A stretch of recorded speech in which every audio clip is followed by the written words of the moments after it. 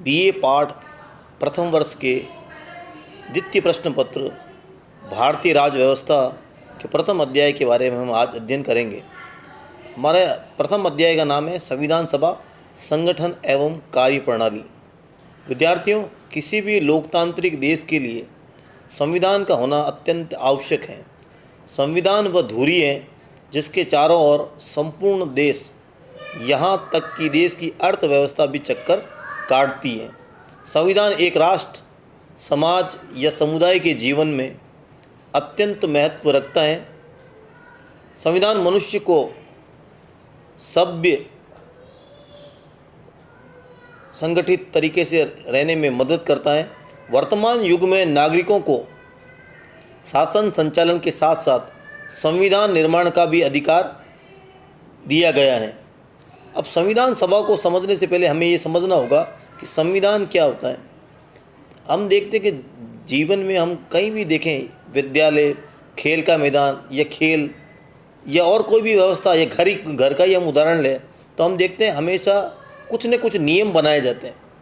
नियम क्यों बनाए जाते हैं? नियम इसलिए बनाए जाते हैं ताकि व्यवस्था को सुचारू रूप से चलाया जा सके।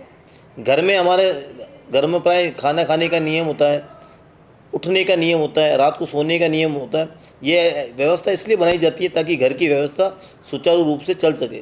खेल के अंदर भी नियम बनाए जाते हैं ताकि खेल को सही ढंग से खेला जा सके। जब छोटी छोटी चीज़ों के लिए नियम की आवश्यकता होती है तो आप सोचिए, देश का सर्वोच्च शासन चलाना हो तो उसके लिए जिन नियमों की आवश्यकता होगी उन्हें हम क्या कहेंगे? उन्हें हम संविधान कहते हैं। संविधान देश का सर्वोच्च कानून होता है और देश की शासन व्यवस्था को सुचारू रूप से चलाने के लिए संविधान की आवश्यकता होती है। अब संविधान सभा को समझेंगे हम कि संविधान सभा क्या होती है। संविधान निर्माण का कार्य जिस प्रतिनिधि सभा द्वारा किया जाता है उसे संविधान सभा कहते हैं। इसका मतलब हुआ कि संविधान बनाने का काम जिस संगठन या सभा द्वारा किया जाता है उसे संविधान सभा कहा जाता है। संविधान सभा का विचार पश्चिम की देन है। सर्वप्रथम संयुक्त राज्य अमेरिका ने 1787 में अपने संविधान का निर्माण करने हेतु एक संघीय सभा का आयोजन किया। इसके पश्चात 1789 में फ्रांस ने भी राष्ट्रीय संविधान सभा का गठन किया। इसके पश्चात तो लोकतांत्रिक देशों में संविधान का निर्माण संविधान सभा के माध्यम से करने की परंपरा का अनुसरण किया गया। अब हम देखते हैं कि भारत में संविधान सभा की अवधारणा का विकास कैसे हुआ। तो भारत में सर्वप्रथम संविधान सभा की विचार को डॉक्टर M.N. राय ने देश के समक्ष रखा था। हालांकि राय से पूर्व कुछ भारतीय राष्ट्रवादियों ने अप्रत्यक्ष रूप से भारत के संविधान के विचार को प्रस्तुत किया था। 1895 में जो बाल गंगाधर तिलक ने स्वराज विधेयक तैयार किया उसमें हमें संविधान सभा के हल्के से दर्शन होते हैं। 1922 में महात्मा गांधी ने कहा था, देश का भविष्य देश के स्वतंत्र रूप से चुने प्रतिनिधि द्वारा किया जाना चाहिए।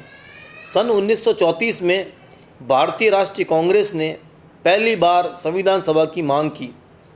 1938 में पंडित जवाहरलाल नेहरू ने यह विचार व्यक्त किया कि स्वतंत्र भारत के संविधान का निर्माण वयस्क मताधिकार पर आधारित संविधान सभा द्वारा किया जाएगा। अगस्त 1940 में एक प्रस्ताव आया जिसको अगस्त प्रस्ताव नाम से जाना जाता है। इसमें संविधान सभा की मांग को पहली बार ब्रिटिश सरकार ने स्वीकार किया। 1942 में ब्रिटिश सरकार के कैबिनेट मंत्री स्टैफोर्ड क्रिप्स प्रस्ताव के साथ भारत आए, जिसमें कहा गया कि युद्ध की समाप्ति के बाद भारत के नए संविधान का निर्माण करने हेतु संविधान सभा का गठन किया जाएगा। उस समय द्वितीय विश्व युद्ध चल रहा था, इसलिए ब्रिटिश सरकार ने कहा कि जब युद्ध समाप्त हो जाएगा तो युद्ध समाप्ति के बाद भारत के नए संविधान का निर्माण करने हेतु संविधान सभा का गठन किया जाएगा। लेकिन कांग्रेस और मुस्लिम लीग दोनों ने क्रिप्स मिशन की योजना को अस्वीकार कर दिया। इसके पश्चात 1946 में कैबिनेट मिशन भारत आया। तो हम देखते हैं कि संविधान क्यों जरूरी है। देश की सर्वोच्च शासन व्यवस्था को सुचारू रूप से चलाने के लिए एक सर्वोच्च कानून की आवश्यकता होती है। इस सर्वोच्च कानून को हम संविधान कहते हैं। संविधान का निर्माण जिस सभा द्वारा किया जाता है उसको हम संविधान सभा कहते हैं। भारत में संविधान सभा का विचार सबसे पहले डॉक्टर M.N. राय ने रखा, उसके बाद कांग्रेस ने, फिर महात्मा गांधी ने भी संविधान सभा के बारे में कुछ विचार व्यक्त किए। 1942 में क्रिप्स मिशन भारत आया। क्रिप्स मिशन के प्रस्ताव को अंग्रेजों ने जो प्रस्ताव दिया उसको कांग्रेस और मुस्लिम लीग दोनों ने अस्वीकार कर दिया। धन्यवाद।